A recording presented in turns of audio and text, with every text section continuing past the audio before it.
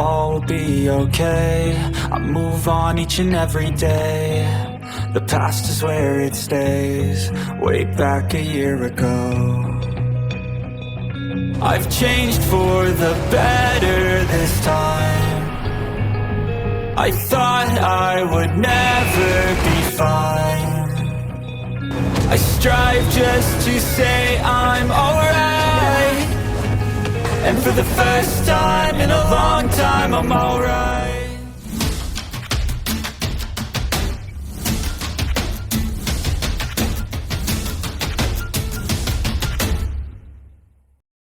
Huo Yuhao adalah orang yang telah mengajukan tawaran pembukaan.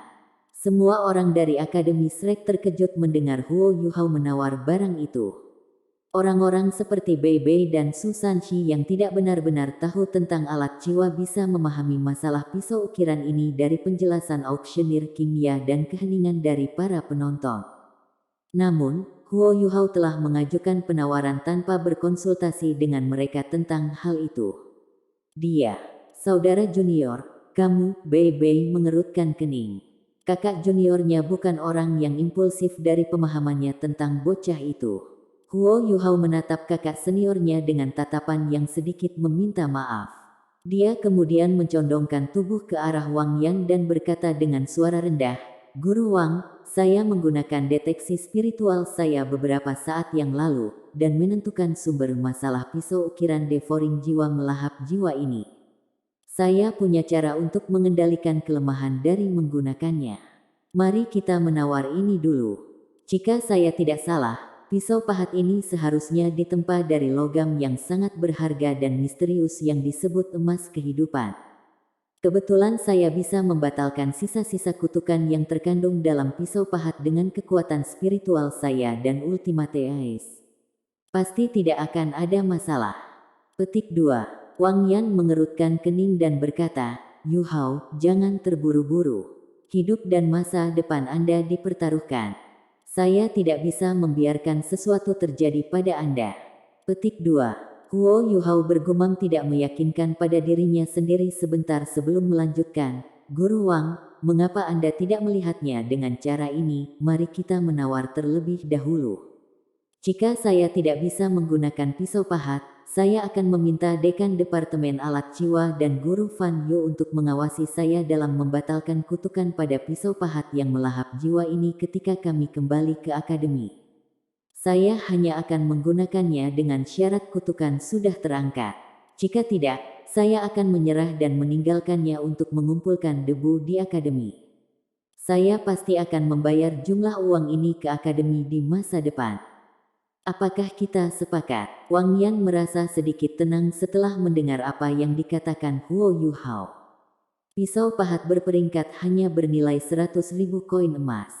Jika Huo Yuhao benar-benar bisa menggunakan pisau pahat terlepas dari betapa problematisnya itu, maka ini adalah mencuri besar. Pisau ukir peringkat yang muncul dalam lelang tingkat pertama jarang terjadi karena para insinyur alat jiwa yang memiliki pisau ukir peringkat akan memperlakukannya sebagai harta. Pisau ukir peringkat ini akan diturunkan dari satu generasi ke generasi lainnya, hanya sampah yang akan dilelang. Tawaran tertinggi dalam sejarah untuk pisau pahat peringkat telah mencapai puluhan juta koin jiwa emas. Itu untuk pisau pahat yang berada di peringkat 20 teratas.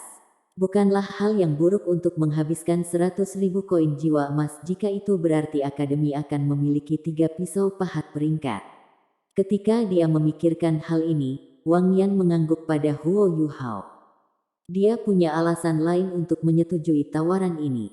Bagaimana orang bisa membandingkan dengan Shrek Academy dalam hal orang-orang dengan latar belakang terkemuka? Mereka memiliki beberapa master jiwa atribut cahaya yang sangat kuat.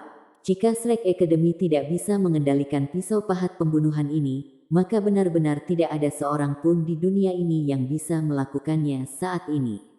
Meskipun pencipta pisau pahat ini adalah penguasa jiwa jahat, dia juga seorang insinyur alat jiwa kelas 9.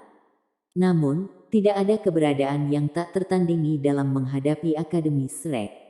Selain itu, Wang Yan samar-samar mendapat kesan bahwa penjaga Shrek tampaknya telah menjalankan misi yang sangat penting 3000 tahun yang lalu. Setelah membayar mahal, mereka berhasil membunuh seorang master jiwa yang kuat. Bagaimanapun, dia harus menindaklanjutinya karena Huo Yuhao sudah menawar untuk itu. King Ya berulang kali bertanya pada hadirin, namun tidak ada jawaban dari mereka. Tidak ada yang mau menawar pisau pahatan yang mematikan ini karena mereka tahu bahwa begitu mereka menawar, sebuah kesepakatan akan benar-benar terbentuk. 100.000 koin jiwa emas, sekali saja. King Ya tidak punya pilihan selain memulai panggilan terakhir untuk menutup pelelangan. 100.000 koin jiwa emas, 2 kali lipat.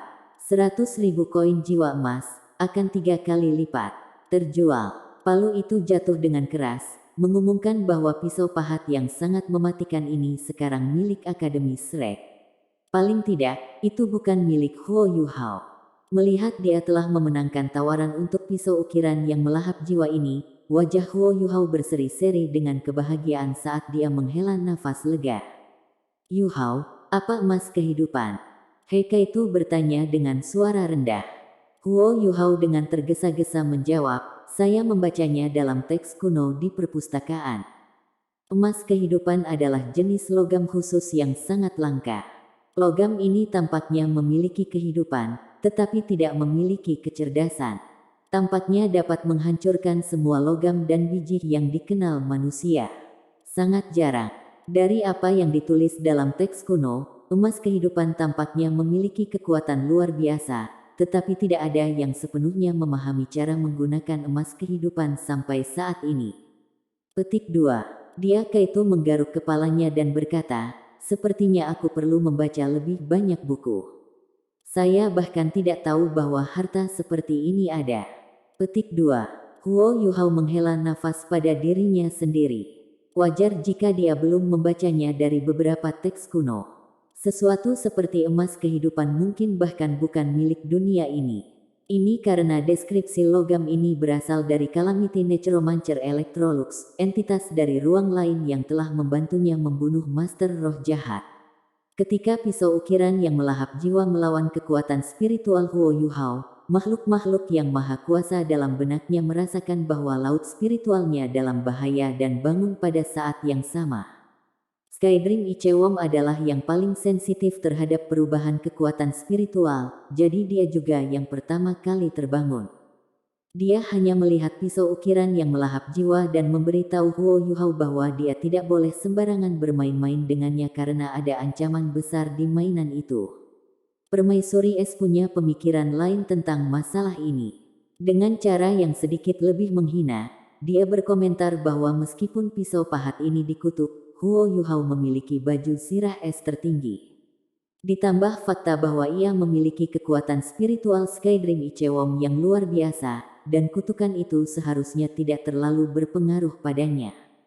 Namun, itu hanya masuk akal jika dia tidak bisa menggunakan pisau pahat ini.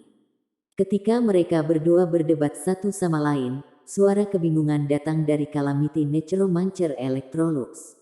Dia tidak terkejut untuk yang tahu berapa lama, tapi dia benar-benar heran ketika melihat pisau ukiran ini. Kata-kata emas kehidupan kemudian tumpah dari bibirnya. Huo Yuhao menjelaskan semua yang Electrolux katakan kepadanya kepada Heike itu. Alasan mengapa Huo Yuhao secara impulsif mengajukan tawaran tanpa meminta pendapat Wang Yan tentang masalah itu adalah karena Electrolux mengatakan kepadanya bahwa dia pasti harus mendapatkan pisau pahat ini dengan segala cara. Namun, Electrolux terdiam begitu pisau pahat berada di tangannya. Huo Yuhao hanya merasakan bahwa lelaki tua misterius itu benar-benar terkejut, suatu emosi yang jarang baginya.